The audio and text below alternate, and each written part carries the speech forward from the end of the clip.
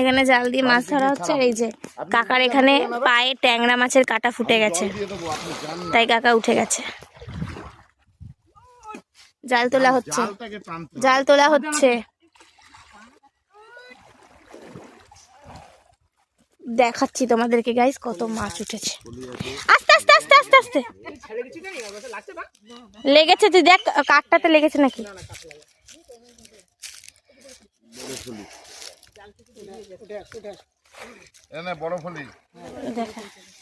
এই যে বড় ফলি,